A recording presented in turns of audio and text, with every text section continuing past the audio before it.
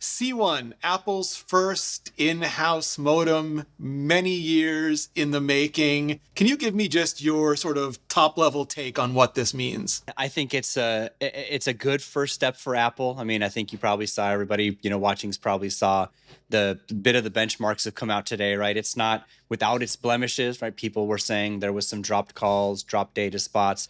Okay, like again, modems are hard, like we've said, but in general, like I think it's a very good kind of first step, and that was really my concern, right? As a whole, was we knew Apple wanted to do this. I knew modems were hard. I know doing global certification is hard. Like all the things it takes to do this well at a global level is extremely difficult. And I was just always wondering how Apple would pull that off. And so I think the fact that it is pretty good, it's going to be good enough for the audience that is the iPhone 16e, which is not your, tip of the spear early adopters. It's a good first step. And more importantly, it signals a long road here of Apple doing more modems for more products. Yeah. C1 is obviously the first of many. So I think it's a good signal that Apple can do modems and that we should be confident that we'll see quality modems from Apple on a whole slew of products going forward. So if we back up a bit, Apple's been like, the modem is one part of everything that goes into sending and receiving signals. They've been doing their own antennas for a long time, famously, infamously, the iPhone 4 antenna. They've been doing their own RF systems, I think, for many, many years. So this was sort of like the last part of the stack that they had to take on. Yeah, I mean, they collaborate a lot with companies that do filters. I think they get a good amount of filters from Broadcom. Obviously, the way they design RF antennas, they still license some of that RF. They are still licensing content from Qualcomm, as you have to when you ship a modem, as Qualcomm is the patent holder for a lot of those connectivity technologies. But yeah, I mean, I think this is the first time, right, that we see a true discrete modem,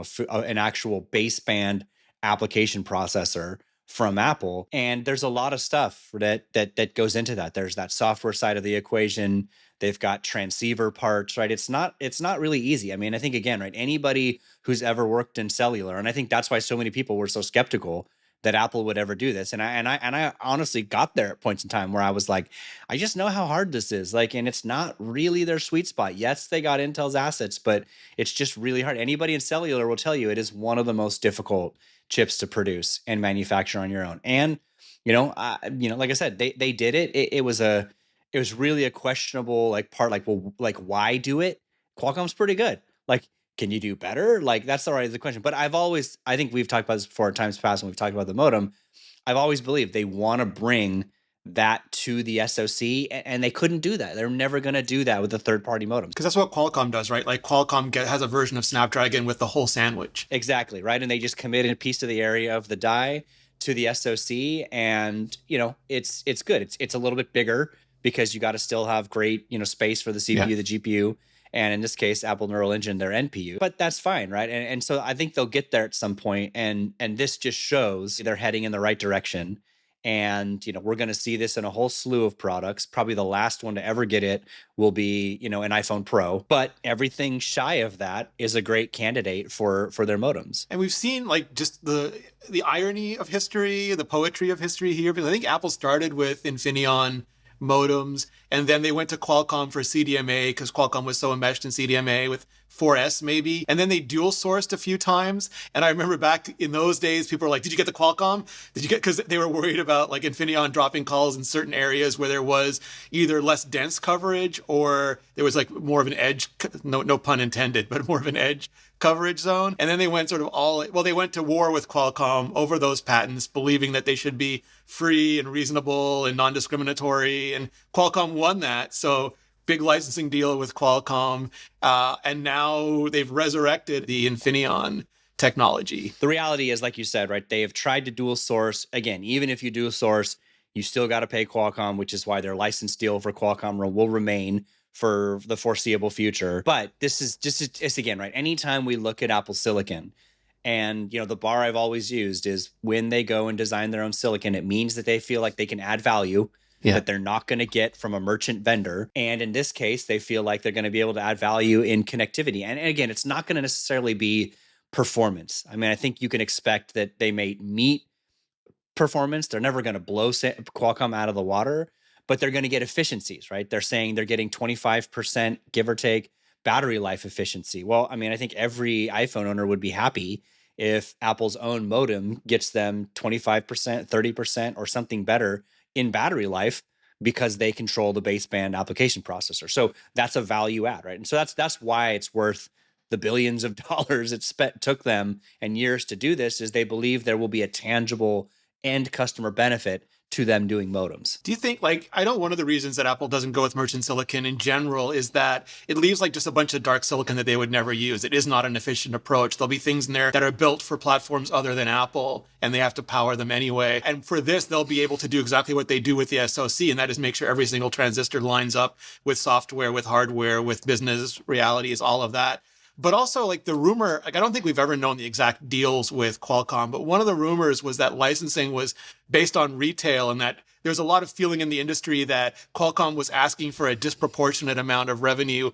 Like, it's what Qualcomm believed they delivered in value, but it wasn't what anybody who had to put like cameras and screens and every other part into the phone believed was value. And this way, even though they're still paying Qualcomm, it might reduce the amount they're paying Qualcomm. So maybe for like, sure. because over the top on iPads, like, you start to see how much they have to pay Qualcomm. And when you think about that for a $4,000 Mac, like, it starts to become real money. Yeah, I mean, and even in the case of like when you're paying them for the modems, and they did do some RF, like the royalty rate is so minimal right in that, right? But you're right. If it's just a FRAND deal, that's actually capped at 3%. And so you could argue, should they even get 3%? But the reality is 3% is the royalty rate, but the royalty rate is going to be far less than the content bomb that they're paying for modems and RF and other bits, PMIX that they used, right? So it's like, it just all adds up, right? So yeah, they're gonna get better margins by doing their own thing. I think the statement from Apple has always been like, they don't do these things to save money. They do these things because they believe they can add superior value to their customer base, and that's, again, I think where we're seeing them directionally say, we're getting better battery life, and there's going to be other efficiencies that they will get. It's not just about saving money. Yeah. And maybe, because I think everyone's dream when they saw this was, hey, like a MacBook with a built-in modem. 100%. I am so ready for a connected Mac, to be honest with you. And I think a MacBook Air would crush it, right? With connectivity that's seamless in how you connect, like iPad is. Just pick your carrier, say, fine, give it to me. Extra $10 a month. I could see them doing it in watch, right? And again, if they're going to get better battery life in watch, the challenge for Apple is, Qualcomm doesn't sell discrete modems to really anybody but Apple. So it's why they're not on the latest edge process. It's why Apple made a big deal of saying, well, like, look, we're on our modem is on 4 nanometer, and our transceiver is 7 nanometer, which is twice. The one they made Qualcomm was 14, because again, Qualcomm, that's one customer, right? So they're not on the bleeding edge like they do for their SoCs. So the reality is they're able to do things that in this case, their merchant partner wasn't, just again because that was just one customer. And to your point, like when you get to wearables, every millimeter and milliamp matters, and that's when they can start working some real magic. Exactly. They're going to put this in headsets. They'll put this in glasses where miniaturization matters. Those are just parts where you're going to need to control that stack, and it's going to be a ton of custom in all these future wearables, even AI, even if you said robotics. Like, this is all critical, right? People kept talking about cars, and Apple kept talking about automation. And I think, like, when Tim is like, he was big on artificial intelligence and big on automation, and people laser focus, or augmented reality, and people laser focused on one product, when really those are core technology discussions. Core technology. And again, right, there's to some degree some IP, right? Where are you going to get all this IP? But also, there's the manufacturing ability of it, right? Which, like I said, their ability to work on new nodes because of their partnership with TSMC. And again, the fact that they're going to probably bundle this on the SoC at some point, as soon as they can, it is going to lead to technology advantages. So looking out a little bit, putting your analyst predictor hat on, we've just seen the advent of C1. Do you expect that to ramp into other products? Do you think we'll have to wait till C2 before it starts ramping up? When Apple gets to C3, C4, like, what are your short-term future expectations? Yeah, so I think what I'd like to see, and I'll have to wait probably until iFixit does their teardown, is how big it is. Yeah. because that will give us a little bit of a sense of, is this something they could put in iPads? Probably right off the bat, yes. Probably Macs, yes. Maybe it's not small enough for watch yet, but I again expect that to be, something on the short-term horizon. In a SIP, maybe. Yeah, exactly right. They could put that in the package that they do for watch. I'm just not sure. I think it would be C2 that might come to like base level new iPhone, and then maybe the 3-ish might be ready for Pro. So, Yeah. but yeah, I'd like to know the size of it, to be honest with you. You said something earlier that I've been wondering about a lot lately, that, Apple doesn't like merchant silicon. And one of the reasons is that you're just a customer when you have merchant silicon, and there's less that you can do in terms of integration and just in terms of scaling. But we've gotten to a point now, Johnny Cerrucci has so many letters in the alphabet, and conceivably there are more letters yet to come. At what point does Apple start to feel like an internal merchant silicon where they have to start balancing, like, we're updating the A series every year, we're going to update the M series every 2 years. Oh, the S series, I mean, it's fine for a watch. We don't have to do that except for every 3 years. We're still on H2 for the AirPods. Do we need any? Like, at what point because Apple likes these small teams, at what point did they start hitting capacity limits? Yeah, I mean, it's a great question. And I do think that there's more licensing of some core IP that happens that gives them a little bit of faster time to market. So some of this stuff, while they customize, has some turnkey natures. So I'm not sure it's, a lot of these things, right, aren't from scratch, right, starts, and there is IP available that that they obviously aren't going to disclose, but that does give them the ability to stay lean. Yeah, and it's interesting to me because previously Intel was seen as like a severe constraint for Apple. Like, Intel was just not innovating fast enough. They weren't reducing fast enough. They were too hot, too power hungry. And so we would be like lagging generations on Macs. And now we've seen, like, once we had no new SoC in one version of the iPhone, they carried over for the first time. The iMac, which is now under Apple Silicon, didn't get an update every year. It, sort of skipped a generation. I mentioned before, but the AirPods, there's no like H3 yet, even though there's newer AirPods. In the watch, they've been doing things like they've been changing the SoC, evolving it, but in things like how the display is handled, not in terms of the cores themselves. So that, like, either that is, as you get more mature, you become more efficient, or you start picking your targets better, or it's just like, there's a lot of products now compared to when Steve Jobs put them all on a tiny little table. Yeah, and I think, again, I don't expect that to change, but I do think you can think of the modem probably more in line with what goes on with A and M series silicon, that will probably see more frequent upgrades, just again because connectivity is going to be so tied to other things. Like, what goes on in AirPods is fine, but again, people aren't pushing the limits there, right? And plus, it's a very, very small form factor. So I would expect it remains on a decent cadence for now. And again, miniaturizing it and the other parts of the SoC for glasses, for small headsets, even for AirPods, it is going to take a long time, to do that for standalone connectivity. But I would expect a generational, cadence to stay very much like A and M series silicon. Last time we spoke, I think Qualcomm could have been said to be lagging behind Apple. They hadn't really injected Apple DNA into their silicon process the way they did when they bought, like, the offshoot of some Apple engineers who left. Nvidia, people were just joking that they were so hot and so power hungry that you needed a second line into your house just to have an Intel card on one side of the room and an Nvidia card on the other.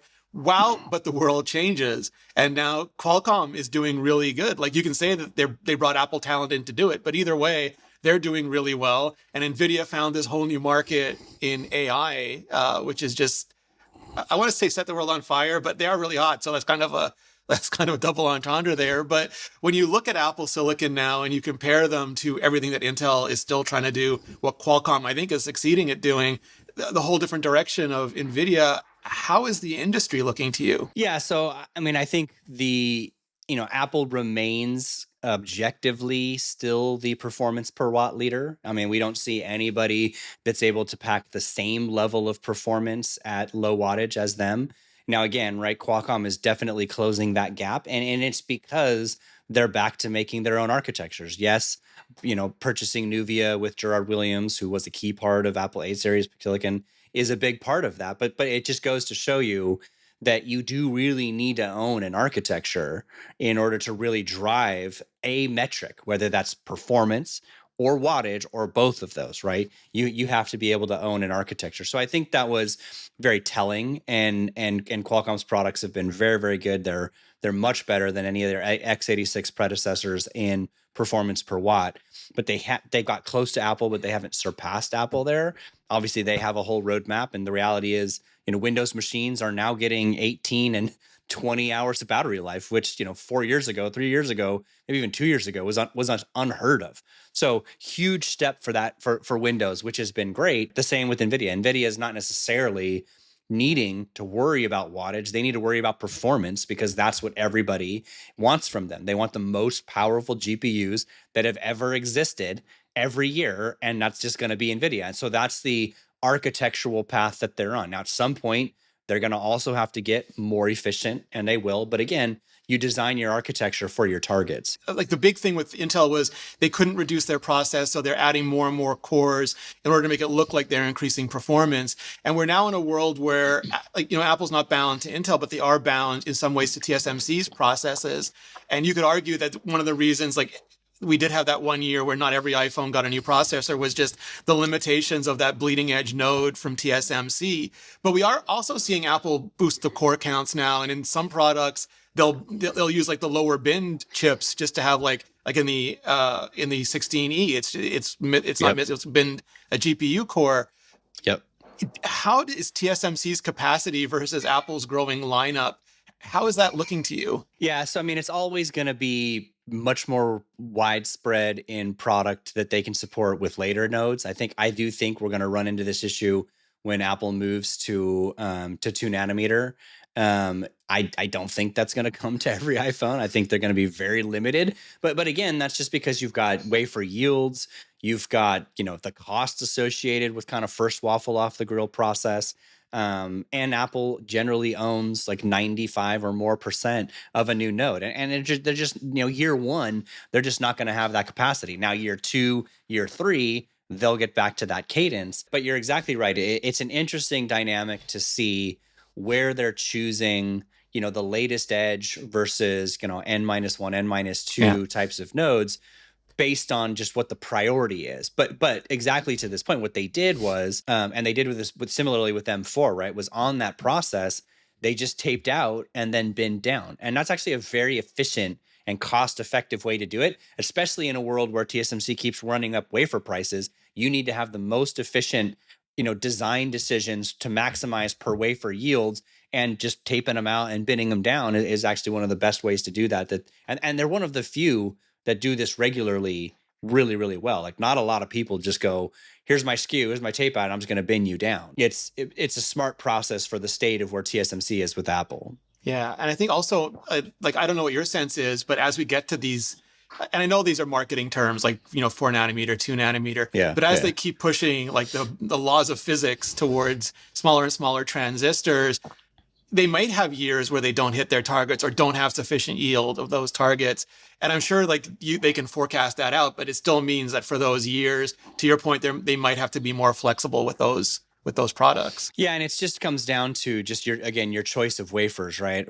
How much wafers you can secure, how much they can make, what the yield is for that process. And I'm sure Apple would tell you we would much rather have every product be on the latest node. It's just not a reality, right? So year 2, year 3, you're just going to see this particular same cadence with the same degree like that. I think is really interesting. Just to use an example of what went on with Intel is at some point in time, your node, your new node shrink may not be nearly as efficient as you might want it to be. So at which point, why jump? Like, just let your later nodes go. And we actually saw this, right, with 3 nanometer. 3 nanometer actually saw many generations. So Apple being able to use, 3 or 4 years, give or take, right, of 3 nanometer is kind of like Intel's tick, Yes. talk, then a tick, because it just didn't make as much sense to spend that money on the new node if you weren't getting the efficiencies. Now, I do think they'll get that with N2, but I think it's a huge question, right? How hard it is to get to the next node, how expensive, and are you really going to get your benefit out of that new density? Maybe you just wait for it to mature a little more. So it's going to be really interesting as we continue to do these node shrinks to see how Apple balances how much capacity they want, how fast they move, and how long a later process lives throughout their lineup. The levers that they can pull, like some years there's like very rarely there's instruction set changes, which Yeah. increasingly seem to line up with what Apple wants, especially from the ARM side. And then there Yeah. are process shrinks, and then there are like adding more and more cores. There's these different dimensions that they can play with to increase performance. And one of the newer, more interesting ones for me is when they do sort of things like, yes, they added rendering engines, which I thought was fantastic because before a lot of the tasks that you would have as a creator were CPU or GPU bound. So if you started rendering something that was in an intense codec, like your CPU was done. You couldn't do anything. You could barely browse the web. Now that gets put off onto a media engine, and it's like you have a second Mac. Like you can use full-on Photoshop on the CPU, all the rendering engines.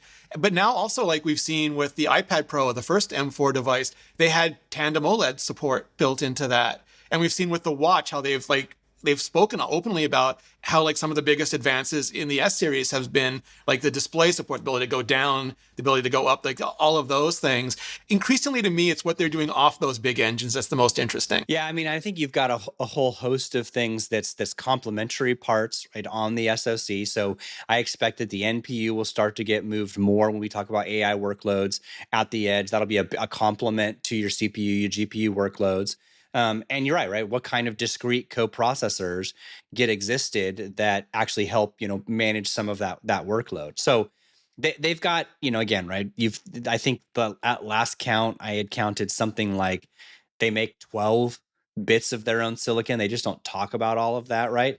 That number continues to increase, right, and go up. So it's just, again, it comes down to where they feel like someone else can't meet their need and they need to go and make that product. And the media engine's a great one. And I think that continues to a bunch of AI workloads that are going to bring up some real interesting questions about where those live and are computed at the edge and how much on the SoC and how many coprocessors, what's the PMIC involved? Does there need to be a scheduler engine, right? Or is that just the CPU? Because right now we don't have any SoC that has truly been built from the ground up with AI in mind. And at some point in time, we're going to see some very different architectural decisions to take advantage of AI.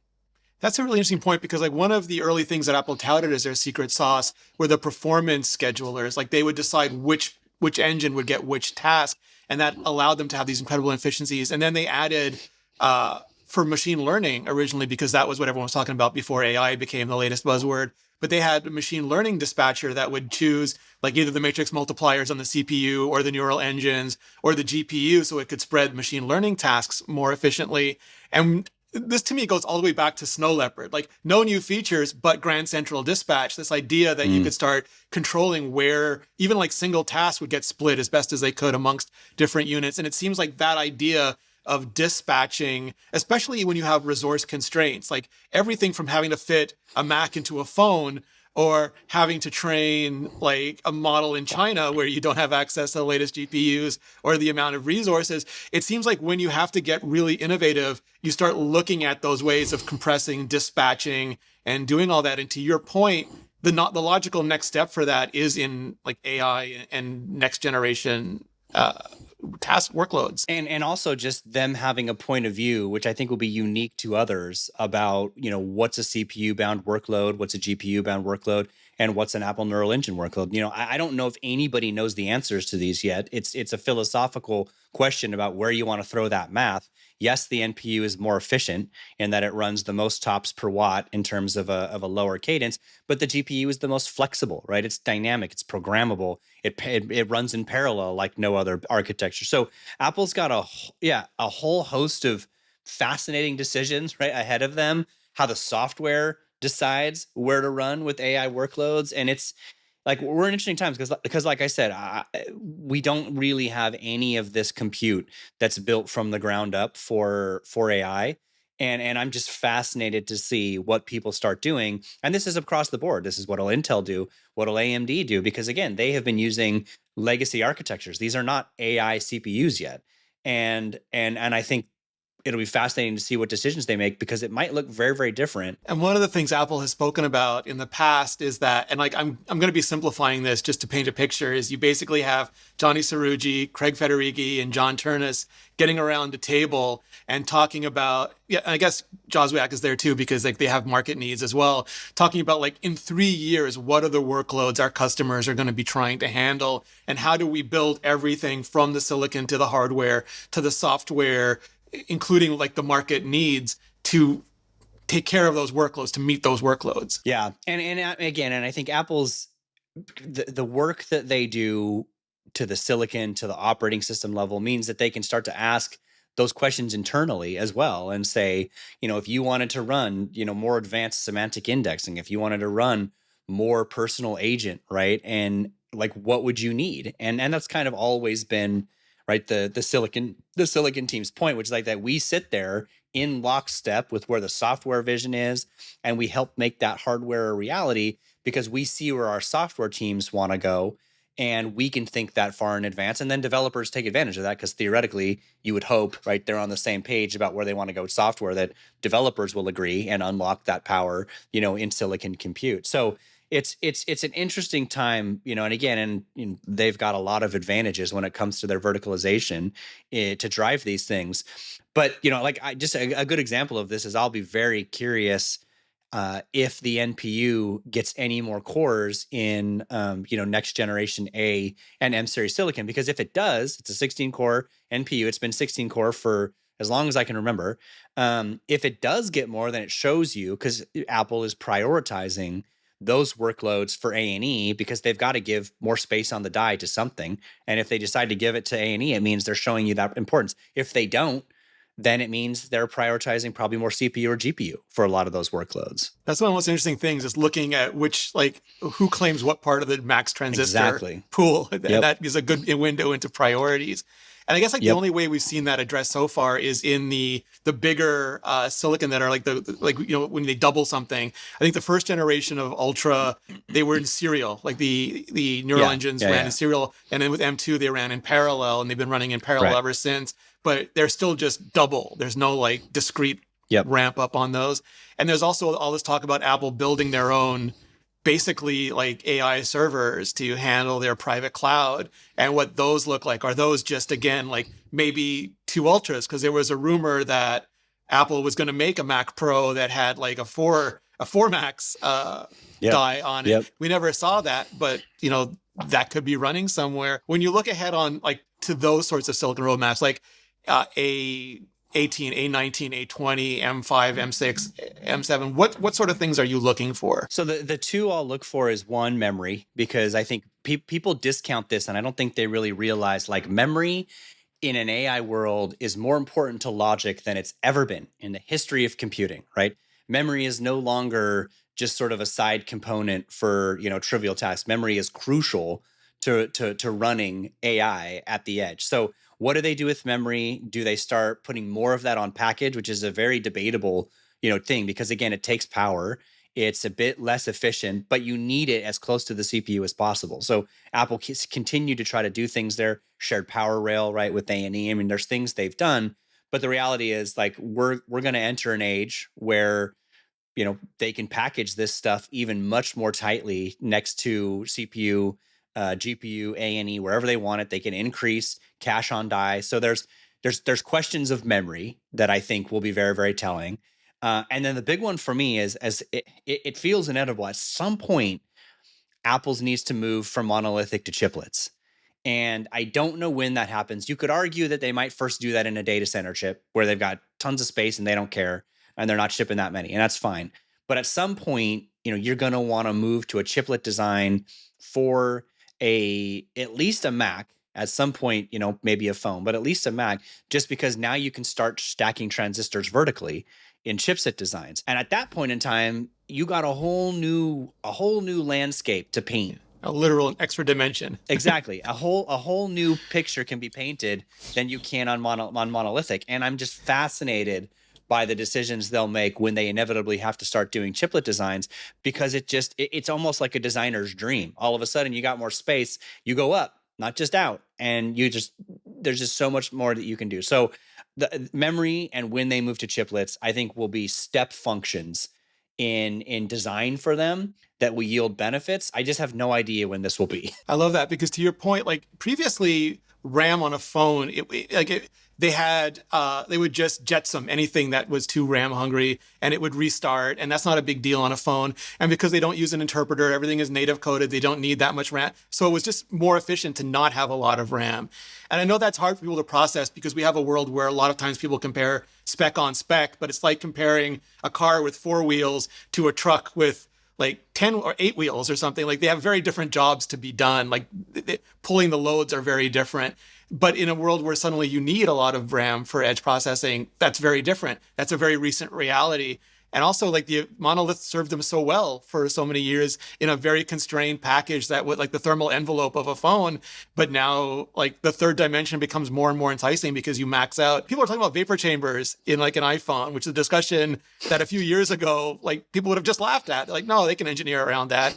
But like reality changes on people. Yep. Yeah, and the other part to combine both those themes is you're already talking about people in advanced packaging tying memory like on package to the SoC, like a whole layer for memory, which all of a sudden means you can get way more memory on a 3D designed, chiplet package. You could do very creative things with that memory as to where it sits with what tiles at what level. So like that's what I'm saying. Like if we look at the whole conversation we've been having, which is that competitively everybody has to make design decisions, right? You are an architect making decisions of what goes on the die. That's just going to multiply once everybody has chiplets. They all are going to have an entirely new framework of which to design these chips. And really, it's going to be a competitive design situation again in more ways than it is today in a monolithic world. And it's fascinating because everything comes down to a compromise. Like a transistor can't do two things. You've got to pick what that transistor does. An engineer can't work on two things. You have to pick what that engineer is working on. Even the biggest companies in the world they don't have infinite resources. So they're going to have to make a lot, like all those designs are going to come with decisions. And that I think is like one of the most interesting things for us to watch. Yeah, no, I agree. Like I said, as we get past 2 nanometer, all this just gets so much more difficult. And that's really where I think, chiplets are the only way you get efficiencies out of new processes when it's just harder and harder to shrink nodes and get IPC gains or get, you're going to have to start designing things in new ways to get those. And that's where I think chiplets come in.